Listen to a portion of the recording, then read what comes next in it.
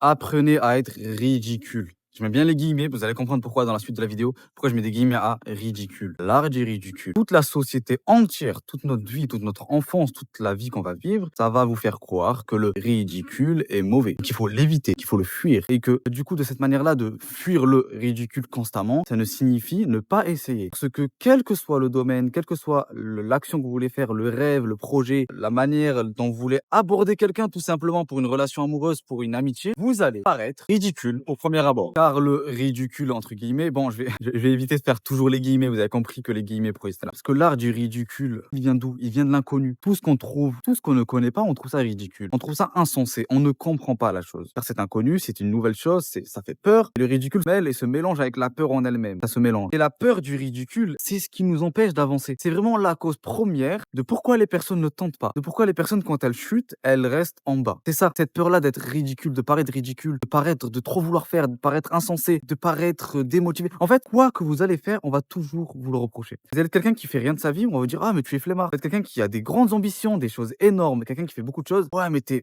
insensé, tu travailles trop, c'est pas bien. Tu mets à l'écart les autres, tu es une tête de mule, tu es têtu, écoute pas ce que les gens te disent. Si t'es quelqu'un qui écoute trop les critiques, tu es faible. Si t'es quelqu'un qui les écoute pas du tout, on va te dire, tu es imbu de toi-même, tu es égoïste. En fait, ils vont toujours dire quelque chose. Donc autant faire ce que tu aimes, faire ce qui est bon à faire et laisser les gens parler. Tu n'as pas contrôle sur ça. Il faut laisser les gens parler. Et c'est comme ça que leur valeur va se définir. Laisse-les te perdre. En fait, eux, ils ne se rendent pas compte de la personne incroyable que tu es, le potentiel incroyable que tu es. D'un côté, en soi, il y a un côté dans lequel tu peux les rejoindre et te se dire qu'ils peuvent pas le savoir parce que le potentiel en soi, c'est toi qui le connais. C'est toi qui te connais. En fait, en soi, toi, tu ne partages pas et que tu ne montres pas qui tu es. Tu ne montres pas ta capacité que tu as. Tu ne montres pas ta force. Tu n'agis pas pour permettre que cette force-là se propage, cette force-là s'éveille et se réveille et que ce soit ouvert au monde. Cette lumière-là soit ouverte au monde. Les gens ne vont pas le savoir. Tu as beau être quelqu'un d'incroyable. Et je sais qu'il y a beaucoup de gens comme ça. Moi, le premier, peut-être que j'ai un potentiel qui est encore incroyable à développer. Je fais de mon mieux et j'essaye de le développer. Tu as un potentiel incroyable, que tu es une personne incroyable, que tu es super fort. Par exemple, tu es super fort pour écrire un livre. Si on te donnerait la capacité d'écrire un livre et si tu ferais cette initiative-là d'écrire un livre, tu serais l'un des plus grands écrivains du monde. Mais moi, je ne le sais pas, ça. Et les gens ne le savent pas. Je ne veux pas qu'on rentre dans ce truc-là de vouloir absolument tout faire paraître. Non. Juste qu'il faut laisser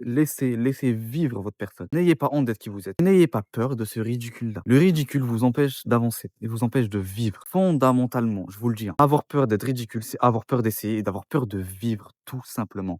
Avoir peur d'être toi-même, avoir peur d'être humain. Parce que l'humain, dans la nature humaine même, l'erreur et le ridicule, entre guillemets, est là et présent. Et nous sommes tous ridicules, entre guillemets, à l'égard de telle ou telle personne, de tel ou tel groupe de personnes. Moi, je serais ridicule auprès d'un groupe de personnes. Toi aussi, tu es peut-être ridicule à l'égard d'un groupe de personnes. C'est normal. C'est normal. Il n'y a pas tout le monde qui est en accord et qui est synchronisé avec ce que tu veux faire de ta vie. Pas tout le monde qui est synchronisé avec tes buts, tes rêves et tes valeurs et tes principes. Donc c'est normal que telle ou telle personne, par exemple, on va parler de la pudeur en soi. Il y a beaucoup de gens dans le monde qui trouvent ça insensé et ridicule, la pudeur. Pour autant, pour moi, c'est un principe fondamental et pour moi, c'est un pilier. Il y a des personnes qui me rejoignent sur ce fait-là. Et des personnes vont trouver ça insensé et ridicule. Mais est-ce que le fait que eux trouvent la pudeur ridicule signifie que moi, je suis ridicule? Est-ce que ça signifie que moi, dans ma conscience à moi, de me dire que, ah oui, c'est vrai, la pudeur est ridicule? Est-ce que dans les faits réels, la pudeur est ridicule? Non. Dans ma réalité à moi, dans mes faits à moi, dans mes recherches à moi, la pudeur n'est pas ridicule. Si tu penses ça comme ça, d'accord, grand bien te fasse. Mais le fait que tu me traites de ridicule ne définit pas ma valeur. Personne ne va jamais définir votre valeur par leurs mots. Ce qui définit votre valeur, c'est par vos intentions et par vos actes. Je veux dire, c'est quoi le réel ridicule? Le ridicule, le vrai ridicule, dont tout le monde propage ce mot, ridicule, ridicule, ridicule, c'est de ne rien tenter. Quelqu'un tente d'ouvrir un stand de limonade. Personne ne l'a tenté, l'a réfléchi, a travaillé, a investi, a fait, a donné de son âme, a donné de son cœur, a fait le projet. Au final, il n'a fait 0 vente. Et même plus loin, son stand a été envolé, quelqu'un est venu, il a tout volé. Il y a un groupe de personnes qui va dire quoi? Ok, toi, qui a entamé ce projet qui est ridicule. Est-ce que vous vous rendez compte qu'on a inversé les rôles? Le vrai ridicule, ce n'est pas la personne qui a tenté. C'est toi, la personne qui est derrière ton écran ou qui peut être en face de moi, en face de quelqu'un, en lui disant, en pointant du doigt, tu es ridicule parce que tu as essayé, ça n'a pas marché. C'est toi le ridicule dans l'histoire. Le ridicule, c'est ne de rien tenter. Cette personne-là, je vais vous le dire, c'est une gagnante, c'est un gagnant. Elle est victorieuse dans l'histoire. La personne qui a tenté, elle est victorieuse. Vous allez me dire, ah, mais son projet a été mené en lambeaux, il n'y a rien qui a marché. Ce projet, on n'a rien eu, il a eu 0 sous, il a été en perte. En perte? En perte de quoi? Perte financière? Ok. Mais est-ce qu'il a tenté? Il a compris, il a appris. Et ça, c'est une grande force. C'est une grande force. Il est passé outre. Et il a su gérer cet art-là du ridicule. Il a su le gérer. Et c'est justement pour ça que nous, on fuit le ridicule. Alors que pourtant, on devrait le poursuivre, ce ridicule. Je mets encore les guillemets. Le ridicule est propre à chacun. Mais le ridicule réel, dans le constat scientifique, ce que tu veux. Le ridicule, c'est de ne rien tenter. Et le ridicule, c'est de toi, d'aller pointer du doigt les personnes qui tentent. Et les personnes qui essaient de sauver leur vie et sauver la vie des gens. Ça, c'est ridicule. Mais jamais de la vie, moi, vous allez attendre de ma voix à moi d'aller voir quelqu'un et le pointer du doigt, dire tu es ridicule parce que tu as tenté. Du moment que tu prends le bien, que tu as fait du bien aux gens et que tu fais du bien à toi, jamais de ma vie entière, je ne viendrai te pointer du doigt en disant que tu es ridicule. Au contraire, je viendrai voir la personne qui a échoué pour lui dire que toi, tu as gagné. Parfois, à l'égard des gens, aux yeux des gens, la personne qui gagne, entre guillemets, eh ben, c'est la perdante dans l'histoire. La personne qui a perdu, là voilà la victoire. L'erreur est une victoire. Et en soi, l'erreur, quelque chose de bien. Ne confondez pas ça avec l'échec. L'échec, comme je le répète, ne provient uniquement, seulement et fondamentalement, je vais vous sortir tous les mots, provenance de l'abandon. Comment l'abandon intervient? Par le ridicule, par la peur d'être ridicule. D'où l'importance de savoir jouer avec l'art du ridicule. Comprenez et apprenez que le ridicule n'est pas si mal et qu'il n'est pas si ridicule que ça. Et c'est bien pour ça que je vous mets les guillemets, parce que ce n'est pas ridicule d'être ridicule. Une citation de Mulan dans un Disney qui est assez connu quand même, Mulan. On a grandi avec. Le courage, c'est d'aller de l'avant malgré la peur. Elle n'a pas dit le courage, c'est de gagner. Elle n'a pas dit que le courage, c'était le fait que moi j'ai réussi à gravir cette montagne. Non. Voilà quelqu'un de courageux. Voilà quelqu'un de courageuse. C'est quelqu'un qui le fait malgré cette peur-là. Parce que la peur est un sentiment humain, est une émotion humaine. Je la ressens, tu la ressens, tout le monde la ressent. Nous ressentons tous de la peur, et ce qui différencie les personnes qui agissent et les personnes qui n'agissent pas, les personnes qui n'ont pas peur du ridicule et les personnes qui ont peur du ridicule, c'est uniquement le fait qu'il y a un groupe de personnes qui l'a fait malgré la peur, et il y a un groupe de personnes qui a cédé, qui s'est dit j'ai peur d'être ridicule donc je ne le fais pas. Par ailleurs, je vais vous dire qui est ridicule dans cette histoire. Les personnes à gauche là que je vous ai dit qui ont essayé malgré la peur du ridicule, malgré que les gens l'ont pointé du doigt, les ont insultés, c'est des gagnants. Pas du tout des ridicules, il n'y a même pas une once de ridicule en eux. Par ailleurs, les personnes qui pointent du doigt les autres, voilà les ridicules. En soi, j'irai même pas aller voir et vous dire que les personnes qui n'ont pas tenté, qui ont eu peur du ridicule sont ridicules. Non, je dirais pas ça, mais je dirais qu'ils sont soumis à cette peur-là du ridicule. Faire attention parce que vous allez peut-être devenir ridicule et commencer à rentrer dans ce segment-là de aller pointer du doigt l'autre groupe de personnes parce que vous êtes frustré de vous dire, t'as vu eux là-bas, ils sont ridicules. Toi, tu as peur du ridicule. On va dire un exemple, j'ai peur des clowns. Les personnes qui n'ont pas peur des clowns, qui vont aller en face des clowns, aller les voir, ils en ont rien à faire, tu vois, ils ont pas peur des clowns. Car moi, je trouve ça insensé que quelqu'un puisse aller voir un clown et être tranquillement devant un clown. Je peux avoir cet aspect-là de me dire, eux, ils sont ridicules, eux, ils sont insensés, eux, ils sont fous. Juste parce que monsieur Lowe, il a peur des clowns, donc tout le monde doit avoir peur des clowns. Parce que moi, j'ai peur d'une chose, que toi, tu as besoin d'avoir peur d'une chose. C'est là que j'en viens au fait que les personnes qui ont peur du ridicule, vous n'allez pas partager cette peur-là aux gens, vous n'allez pas les forcer à avoir peur du ridicule. Une citation de Naruto qui dit ceux qui ne veulent pas risquer ne peuvent pas changer le monde. On trouve pas un peu le fait de ne pas avoir peur du ridicule là-dedans? D'avoir peur du ridicule? Si tu ne veux pas risquer, prends ce risque-là de paraître ridicule aux yeux des autres, tu ne pourras pas changer le monde. Et quand il dit le monde, ce contexte-là, c'est dans le contexte un peu Naruto, mais dans la vie de tous les jours, le monde signifie quoi? Signifie toi, ta vie, tes amis, tes relations, ton travail, ton argent. Si tu as peur de paraître ridicule aux yeux des autres, tu ne feras rien. Parce que comme je vous l'ai dit, vous serez toujours ridicule auprès d'un groupe de personnes. Donc le fait de ne pas vouloir paraître ridicule, ça signifie ne pas vouloir vivre. Le fait de ne pas vouloir avoir cette sensation de peur, cette sensation de gêne, cette sensation d'inconfort, signifie ne pas vouloir vivre et ne pas vouloir tenter. Parce que même si tu es quelqu'un qui a tout abandonné, tous ses rêves, et le simple fait, je vous le dire, le simple fait que vous êtes quelqu'un de normal, entre guillemets, qui allait au travail tous les jours, qui va manger comme tout le monde, il y aura toujours quelqu'un à venir te pointer du doigt en disant tu es ridicule. Quoi que les gens disent, on s'en moque, on s'en fout, tu fais ce que tu veux. Du moment que tu fais du bien aux autres. Celui qui ne risque rien n'a rien. Si tu ne risques rien, n'a rien. Parce que la vie est faite de risques. Le fait que je sorte maintenant, je sors une vidéo, je sors la caméra, c'est un risque. C'est un risque. Le fait que je sors de chez moi, c'est un risque. Le fait que je fais du sport, c'est un risque. Le risque de paraître ridicule, le risque d'avoir peur, le risque d'avoir des personnes qui vont venir me dire telle ou telle chose, le risque moi. Le risque est aussi par rapport à la zone de confort. Sortons d'ici, vous prenez un risque. Risque auprès de qui? De votre cerveau. Vous allez me dire, ok, t'as compris que le ridicule est important. Le ridicule, entre guillemets. Comment pratiquer l'art du ridicule? Comment on fait? Pose la question. Comment on pratique l'art du ridicule? Comment on fait pour ne plus avoir peur du ridicule? Comment on fait pour ne plus avoir peur?